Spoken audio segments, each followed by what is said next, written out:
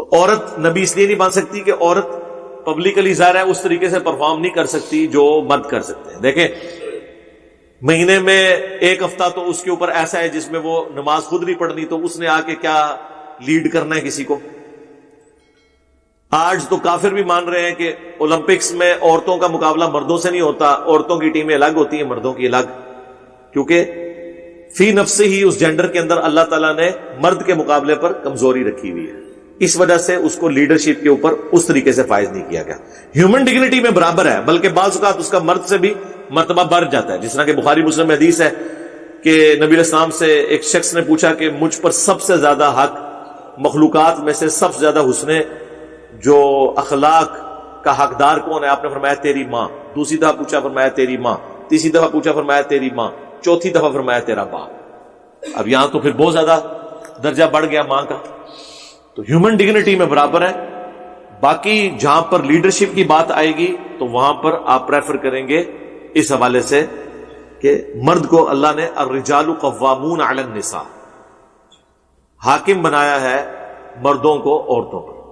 ہاں بعض اوقات وہ بہت کم ہی ایسا ہوتا ہے کہ بعض عورتیں جو ہیں بہت ایکسٹرا آرڈنری ان کے اندر کوالٹیز ہوتی ہیں, مردوں سے بھی بڑھ جاتی ہیں, وہ کوئی لاکھوں میں ایک ہوتی ہے. لیکن پھر بھی دل کی جو کمزوری اور دل کا جو ایک کیفیت اور نرم ہونا, وہ سخت سے سخت جان عورت میں بھی وہی ہے. آنسو اپنے کنٹرول نہیں کر سکتے, عورتوں کے فوراً آنسو نکل آتے ہیں. وہ کہتے ہیں نہیں مرد کو درد نہیں ہوتا, درد ہوتا ہے اس کو لیکن وہ کنٹرول کرتا ہے. لیکن عورت, یعنی میں نے اپنی زندگی میں بے نظیر بھٹو سے زیادہ کوئی کانفیڈنٹ لیڈی نہیں دیکھی. لیکن جواب دہ پروگرام جیو پہ چلتا تھا, اس میں جب ان سے پوچھا گیا آپ سٹنگ پرائم منسٹر تھی اور آپ کے بھائی کو قتل کر دیا گیا, تو وہ اپنے جذبات پہ قابو نہیں پا سکی. وہ کالر مائک اتار کے وہاں سے چلی گئی, رونا شروع کر دیا. اتنے مضبوط اعصاب کی عورت. اور اس کا ذکر اللہ نے قرآن میں کیا ہے سورہ زخرف میں کہ تم اللہ کے لیے فرشتوں کو بیٹیاں تجویز کرتے ہو, حالانکہ عورت کو اللہ نے ایسا بنایا کہ یہ جھگڑے کے وقت اپنی بات صحیح طریقے سے کنوے نہیں کر سکتی اور زیورات میں لدی رہتی ہے. دیکھیں نا وہ جھگڑے کا وقت تھا نا, اگر بے نظیر بھٹو کا یہ حال ہے باقی تو شاہی کوئی ٹھیک ہے نا. امامت نہیں کرا سکتی, کروا سکتی ہے, سنن ابی داؤد میں موجود ہے عورتوں کی, مردوں کی اس لیے نہیں کروا سکتی. پھر تو ہر مہینے اناؤنسمنٹ ہوگی کہ ہمارے امام صاحب جو ہے وہ ایک ہفتے کے گیپ پہ ہیں. پھر آپ کیا کریں گے؟ جنازہ نہیں پڑھ سکتی, یہ تو بالکل جھوٹ ہے. کس نے کہا جنازہ نہیں پڑھ سکتی؟ صحیح مسلم میں حدیث ہے, سعد ابن ابی وقاص جب فوت ہوئے تو سیدہ عائشہ نے کہا کہ ان کا جنازہ لا کے حجرے کے باہر رکھو, میں نے ان کا جنازہ پڑھنا ہے. نبی علیہ السلام کے زمانے میں عورتیں جنازہ پڑھتی تھی. ہاں میت کے ساتھ نہیں جا سکتی کیونکہ وہ مرد لے کے جا رہے ہوتے ہیں, عورت رقیق القلب ہوتی ہیں, وہاں پہ ان کا پیٹ سے آپا سنبھالا جائے کہ جا کے مردے کو دفنایا جائے. قیادت نہیں کر سکتی. قیادت اس صورت میں نہیں کر سکتی جب مرد موجود ہو. عورتیں تو عورتوں کی قیادت کرتی تھی. نبی علیہ السلام کی جو وہ پھوپھی تھی صفیہ, کتنی بہادر خاتون تھی, انہوں نے تو کافروں کو مار دیا تھا.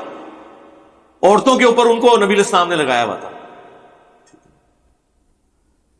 ایک سے زیادہ خامند نہیں کر سکتی. کر سکتی ہیں جی, طلاق لے لیں, دوسرا کر لیں.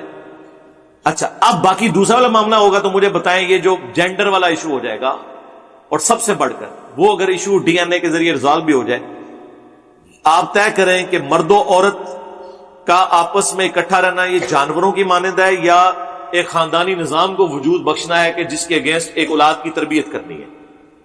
تو کرنا تو یہی ہے. اس صورت میں یہ پاسبل ہی نہیں ہوگا کہ ایک عورت جو ہے وہ ایک عورت تو ایک مرد اور اس سے ہونے والے بچوں کے اوپر اپنی ڈیوٹی پوری کرتی کرتی وہ 40 سال کی عمر میں بوڑھی ہو جاتی ہے. یہ لوگ اکثر نہیں کہتے میری بیوی بیمار ہے. منو آج تک کوئی بندہ نہیں ملا جس کی بیوی بیمار نہ ہو. نہ, بیویاں بیمار ہوتی ہیں اور مرتے دم تک بیمار ہی رہتی, اس وجہ سے کہ وہ اس تکلیف سے گزر رہی ہوتی ہیں نا. 40 سال کے بعد عورتیں ظاہر ہے کہ پورا ایک ان کا بدن اس پوری ایکٹیویٹی سے گزرتا ہے, تو اس وجہ سے جو شادی شدہ عورتیں ہیں وہ بیچاری بیمار ہی رہتی ہیں. مرنے کے بعد بھی اچھے نیک اعمال کے باوجود اسے وہی ظالم شوہر دیا جائے گا. یہ کس نے آپ کو کہہ دیا؟ بے فکر رہے,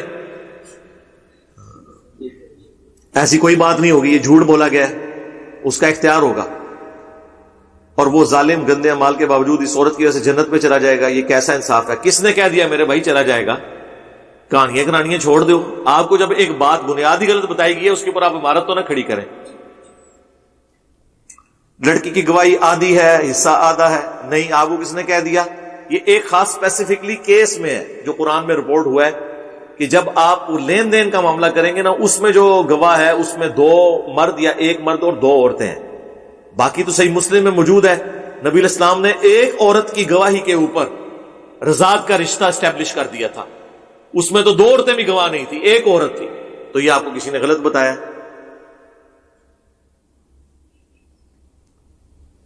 نکاح آدھا بلکہ چوتھائی مرد کے برابر، لڑکی کی گواہی آدھی، حصہ آدھا. حصہ آدھا نہیں ہے، حصہ آدھا تو باپ سے مل رہا ہے نا، خامن سے بھی تو اسے ملنا ہے. اس کو خامن سے حصہ نہیں ملنا.